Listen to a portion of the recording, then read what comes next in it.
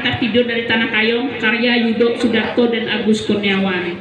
Keduanya merupakan penulis asal Kabupaten Ketapang, Kalimantan Barat. Baik, cerita yang akan saya bacakan berjudul Ketam Keramat dan Burung Kambing oleh Yudo Sudarto. Berjalan tegak-tegak, bermata tapi tidak kepala. Apakah itu? Kata Cenceriman nenek zaman dahulu. Itulah dia ketam. Abang biasa main yang banyak hidup. Biasa di mana? Sungai, pantai, danau atau keliling ya? mangrove. Amin ya. Binatang beruas-uas ini memiliki di Podomoro matanya sama yang di galeri hutan ada dengan kaki dan kedua tangannya memiliki supit yang kokoh. Ternyata abang di desa Kapur di mana ya? adalah hewan yang cerdik. saya Seperti halnya bangsa ikan, ketam selalu jadi bangsa hewan besar seperti burung kambing, burung elang, kerak, dan yang lainnya. Pada suatu hari dengan mengendap-endap, seekor ketam keramat mengintip burung kambing yang sedang bermendung di tepi danau. Jam-jam sudah burung kambing tersebut berdiri di tepi danau, tak bergerak sedikit pun layaknya tumbal kayu.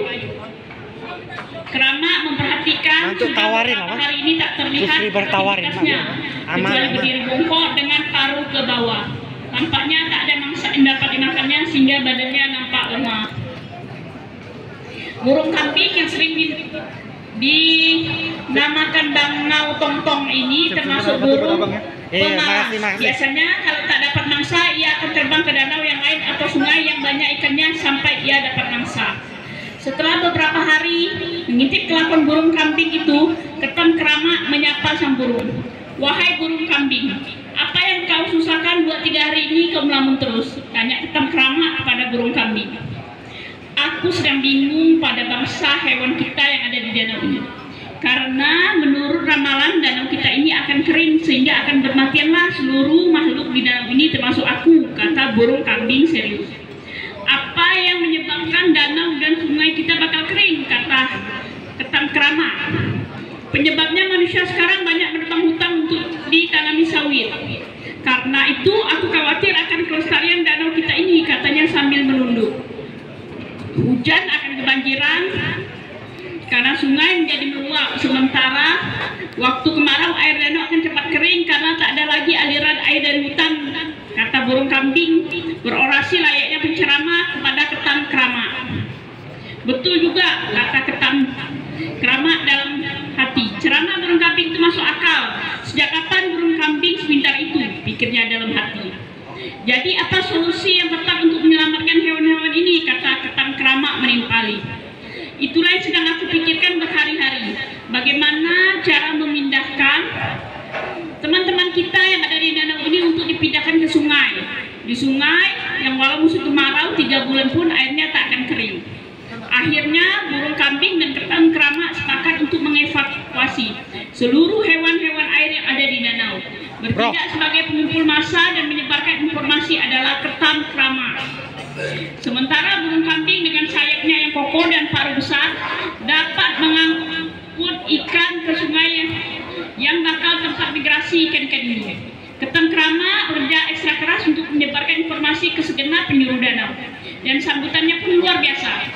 Seluruh hewan di danau sepakat untuk ikut pindah ke sungai yang berair dalam. Pada hari yang telah ditentukan, hewan air pun berkumpul. Mereka mendahulukan yang tua dan anak-anak untuk diangkut. Sementara ketam keramat yang mengatur mendapat urutan terakhir setelah yang lain selesai. Satu demi satu, sang burung kambing mengangkut hewan-hewan danau selama berhari-hari. Antrian panjang pun terjadi sementara ketam keramat yang menjadi pengerah massa terus mengatur pemberangkatan. Seminggu sudah evakuasi hewan danau, tetapi kerja sang burung kambing ini tak begitu lancar. Burung kambing seringkali terlambat kembali bila telah memberangkatkan satu rombongan, sementara yang menanti giliran makin banyak. Kini ketam keramat minta diberangkatkan lebih awal. Keramat ingin melihat apa yang terjadi sehingga pengangkutan tak lancar. Mantap banget. Pemeriksaan ini penting agar permasalahan dapat diatasi. Begitu kata keramat.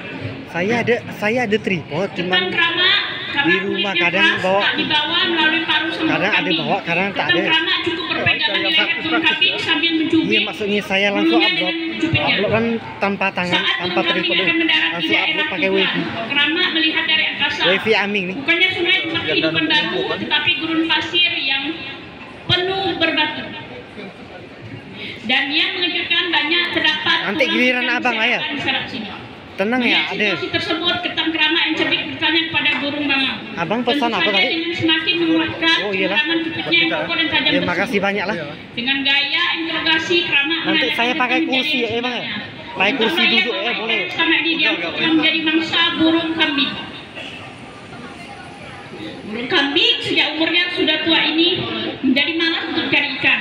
Maka akal busuknya muncul dengan menipu ketam kerama dan ikan-ikan di danau. Sang ketam kerama cerdik terus menguatkan cengkramannya di leher burung kambing. Burung kambing mengadu kesakitan sambil mengibah untuk dilepaskan. Ketam kerama minta kepada sang bangau Tongtong agar menerbangkannya kembali ke danau tempat asalnya. Oh, Bang. Tentu saja Ya, dengan makasih. mengancam burung kambing besar tersebut agar taubat dan tak menanggulangi perbuatannya. Kalau tidak, lehernya akan putus dicapit kepiting ketam kerama. Sejak itu burung bangau Tongtong atau burung kambing Makasih, Bang. menjadi tobat. Kalaupun dia mencari mangsa, biasanya ikan-ikan yang lemah yang tak mampu berenang dengan gesit. Jadi mereka tetap mencari makan, tetapi hanya hewan yang lemah dan tidak gesitlah yang dimakan. Karena itu burung kambing turut menjadi pelestari alam. Selesai. Cerita berikutnya berjudul Kemembrang dan Pelanduk, karya Agus Kurniawan. Berang-berang adalah tukang kayu yang handal. Mereka merangkai ranting kecil di parit-parit dalam hutan menjadi sebuah bendungan, membuat ikan yang hidup mudik di dalam aliran sungai terjebak dan dengan mudah ditangkapnya. Berang-berang di tanah kayung sering disebut kemembrang. Suatu hari di dalam hutan tanah kayung, ibu kemembrang tidak pergi mencari ikan tambahan karena hasil tangkapan dari bendungan yang dibuatnya dianggap masih kurang. Ibu kemembrang memang terkenal selalu kekurangan pada Ini jadwalnya hari-hari apa, Bang? Terkadang hasil tangkapannya cuma menjadi bangkai yang tak dimakan. Karena anak-anaknya masih kecil dan belum terbuka matanya, ibu kemembrang khawatir untuk meninggalkan Di tempat bayi-bayi lain, Bang? itu. Sang suami telah tiada hingga tak ada yang akan menjaga Di mana? mereka. Podomoro. Saat ibu kemembrang sedang susah, lewatlah sang kancil atau di tanah kayu disebut pelanduk di depan sarangnya. Binatang serupa rusa kecil itu melompat-lompat, memamah dedaunan di pinggir sungai. Senanglah ibu kemembrang melihatnya. Ia kini tahu pasti pada siapa akan meminta tolong. Hai pelanduk, maukah engkau menolongku? Tanya ibu kemembrang. Tentu saja, selama aku masih bisa menolongmu, jawab sang pelanduk. Begini pelanduk, aku hendak berburu ikan ke sarang seluang hari ini, tapi anak-anakku tak ada yang menjaga. Maukah engkau menolongku menjaganya? Mohon ibu kemembrang. Pelanduk mengangguk setuju. Hari ini dia sedang tak ada kerja, apalagi sesama warga hutan sudah sepantasnya saling tolong-menolong. Berangkatlah ibu kemembrang untuk mencari ikan bulu, sedang anak-anaknya malah pulas tidur di sarangnya. Karena bosan menunggu bayi, sang pelanduk bersantai sejenak di teras, sembari menikmati suara merdu aliran air dan bunyi riuh hutan yang menyejukkan mata. Sang pelanduk jadi mengantuk.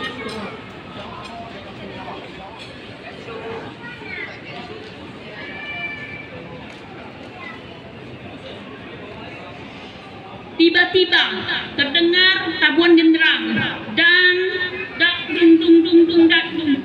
Ternyata elang ketupik sedang menabuh genderang perang. Sang pelanduk yang terperanjat langsung memasang kuda-kuda dan mengeluarkan jurus silatnya.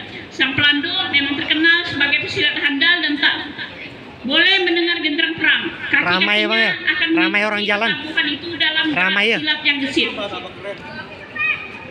Saking asiknya sang pelanduk bersilat sendirian. Tak disadarinya anak kemembrang terbangun dari tidur. Seekor dari mereka merangkak keluar mendekati suara pencak silat sang pelanduk. Tak sengaja pelanduk terinjak ke tubuh bayi yang matanya masih belum terbuka itu. Pelanduk terkejut bergegas ia mengembalikan bayi itu ke dalam kamar. Sang pelanduk melanjutkan bersilat mengikuti genderang perang yang ditabuh elang ketupik hingga keletihan dan tertidur. Ketika hari sudah sore, ibuku memberang pulang ke sarang. Ia melihat sang pelanduk tidur di pelataran sarangnya. "Hai pelanduk, bangunlah. Di mana anak-anakku?" tanyanya khawatir. Yang ditanya membuka mata lalu menguap besar. "Itu di dalam masih tidur," jawab pelanduk malas. Ibuku memberang masuk ke kamar dan mendapati salah satu anaknya luka lebam dan tulang ekornya patah. "Alahai pelanduk, engkau apakan anakku sampai luka lebam dan patah tulang begini?" Ibuku memberang marah sambil menangis. Pelanduk rusuh mengingat-ingat kembali kejadian tadi siang. Lalu sadarlah ia, jangan-jangan itu bayi yang tadi terinjak. Anu, sang pelanduk gugup. Ini dari jam berapa? Ketupik Dari jam berapa tadi? Perang. Apa Jam berapa? hubungannya elang ketupik menabuh genderang dengan anakku yang luka? Jangan-jangan kau menyiksa anakku selagi aku pergi. Tadi lagi sibuk, wah. Suara ibuku memberang Datangnya berdiri. agak Sang pelanduk telat, kan? menjelaskan kejadiannya. Ibuku memberang masih tak terima dengan penjelasan sang pelanduk. Di bawahnya pelanduk menghadap pemimpin belantara Tanah Kayu untuk mempertanggungjawabkan kecerobohan itu. "Pak Mawas, aku ingin melaporkan pelanduk karena telah melukai anakku." Ibuku memberang melapor ke Pak Mawas, orang hutan yang mereka jadikan pemimpin di hutan Tanah Kayu ini. Maka diadakanlah sidang warga hutan esok harinya. Di majelis persidangan warga hutan, ibu memberang melaporkan kejadian yang menimpa anaknya kepada Pak Mawas sambil terisak-isak sedih. Warga hutan tampak iba dan ramai suara menyalahkan pelanduk. "Mengapa bisa engkau seceroboh itu pelanduk?" tanya Pak Mawas Wibawa. "Wahai Pak Mawas, aku ceroboh demikian karena elang ketupik menabuh genderang perang. Bukankah engkau tahu kalau aku tak bisa mendengar ketabuhan genderang? Aku bersilat hingga lupa diri, jadi itu bukan salahku sepenuhnya." Ia membela diri. "Maka kita harus memanggil elang ketupik untuk bertanggung jawab," perintah Pak Mawas pada harimau kumbang. Tak lama pengawas hutan itu telah kembali dengan elang ketupik yang hinggap di dahan pohon yang rendah. "Mengapa engkau menabuh genderang perang membuat pelanduk bersilat hingga terinjak pada anak kememberang?" Pak Mawas meminta penjelasan. "Daulat Tuan hamba," sembah elang ketupik. "Hamba memukul genderang perang karena melihat ikan tapa berbaju landung." Masyarakat hutan semakin bingung mendengar penjelasan elang Panas sih, tak hujan. "Panggil ikan tapa," Panas. perintah Pak Mawas. Ketika datang ke hadapan majelis, ikan tapa langsung bertanya mengapa Hujan bentar ya, tak jadi. "Daulat Tuan hamba," ia menjura dari sungai. "Adapun hamba berbaju landung karena melihat ikan siluk berbaju rantai." Kembali Pak Mawas memerintahkan seekor belut besar menyusul siluk ke sarangnya. Tak lama ia telah kembali dengan siluk. Segera ikan bersisik indah itu diminta keterangannya. "Daulat Tuan hamba," terang siluk, "apakah sebab hamba berbaju rantai hingga tapa berbaju landung?" "Hamba berbaju rantai karena melihat ikan baung berkeris 3. Sekali ini tak perlu diminta, sang belut besar masuk ke dalam sungai mencari ikan baung." "Wahai baung," sabda Pak Mawas, "mengapakah engkau berkeris 3 yang membuat siluk berbaju rantai hingga tapa memakai baju landung?" Melihat itu, elang ketupik mengira terjadi perang hingga ia menabuh genderang. Oleh sebab ketabuhan itu, sang pelanduk keluar silatnya hingga ceroboh menginjak anak ibu kememberang. Pertanyaan itu didengarkan sesama oleh ikan baung sambil mengangguk-angguk. Masyarakat hutan sunyi, tidak tahu siapa yang bertanggung jawab atas semua ini. "Daulat Tuan hamba," ikan baung mengatur sembah. "Adapun hamba terpaksa memakai keris 3 adalah karena melihat ikan senjulung memakai tombak. Hamba mengira akan ada peperangan." Majelis sidang menjadi ramai. Ternyata penanggung jawab peristiwa itu belum ketemu, masih ada lagi yang lain. Ikan senjulung sebagai seorang penggawa penjaga ketertiban di dalam sungai dengan senjata tombak sudah tentu berada dalam persidangan warga hutan itu. "Daulat Tuan hamba, hamba memakai tombak karena melihat udang berjalan maju mundur. Hamba hendak menertibkannya," lapor senjulung. Udang yang sedari tadi juga menyaksikan jalannya persidangan segera mendekat. Ia menjelaskan bahwa ia berjalan maju mundur karena ikan seluang berenang hilir mudik. Akhirnya rombongan ikan seluang dihadirkan di hadapan sidang. "Wahai ikan seluang, mengapakah engkau berenang hilir mudik membuat udang berjalan maju mundur?" "Daulat Tuan hamba," kata seekor ikan seluang yang menjadi juru bicara. "Bagaimana hamba tidak Ibu Kemembrang memburu ikan di tempat hamba. Bagaimanakah hamba dan keluarga hamba tidak takut? Kami berlarian hilir mudik demi menghindar dari tangkapan Ibu Kemembrang, tuanku. Mendengar keterangan itu, maka jelaslah sudah bahwa asal muasal kecerobohan Pelando disebabkan oleh Ibu Kemembrang sendiri. Semua kini terdiam menunggu sabda Pak Mawas, orang hutan, pemimpin belantara Tanah Kayong. Wahai Ibu Kemembrang, telah teranglah kesalahan ini bermula dari keserakan engkau yang selalu tak puas akan nikmat yang Tuhan berikan. Apabila engkau puas akan mendapatkan ikan di bendunganmu, tentulah engkau tak akan mengacaukan sarang sungai yang membuat mereka ketakutan. Alhasil kecerobohan ini tak perlu terjadi. Simpul Pak Mawas yang diamini hewan penghuni belantara. Ibu Kemembrang menunduk menyesali kesalahannya. Seandainya ia puas pada penghasilan bendungannya, tentu ia tak perlu meminta Pelando menjaga anaknya. Dirinya sendirilah yang harus menjaga anak-anak. Sesuai dengan hukum belantara Tanah Kayong ini, sambung Pak Mawas, aku putuskan untuk mengampuni Ibu Kemembrang atas kesalahannya. Karena kasihan akan anaknya yang terluka, jagalah mereka dan jangan turuti keserakahan. Ibu Kemembrang menunduk saja mendengar itu. Sedang bagi kalian, wahai Pelando yang suka bersilat, elang ketupik, penabuh genderang perang, ikan tapa berbaju landung, ikan silo berbaju rantai, ikan baung bertes tiga, ikan senjulung memakai tombak, udang yang berjalan maju mundur, dan seruang yang berenang hilir mudik. Kalian diampuni. Terdengar suara gemuruh terima kasih. Terkhusus bagi Pelando, sabda Pak Mawas, engkau harus menolong Ibu Kemembrang mengobati anaknya dan jangan mudah tergoda menikmati kesukaanmu kalau sudah punya tugas. Jalani kewajibanmu dengan tanggung jawab.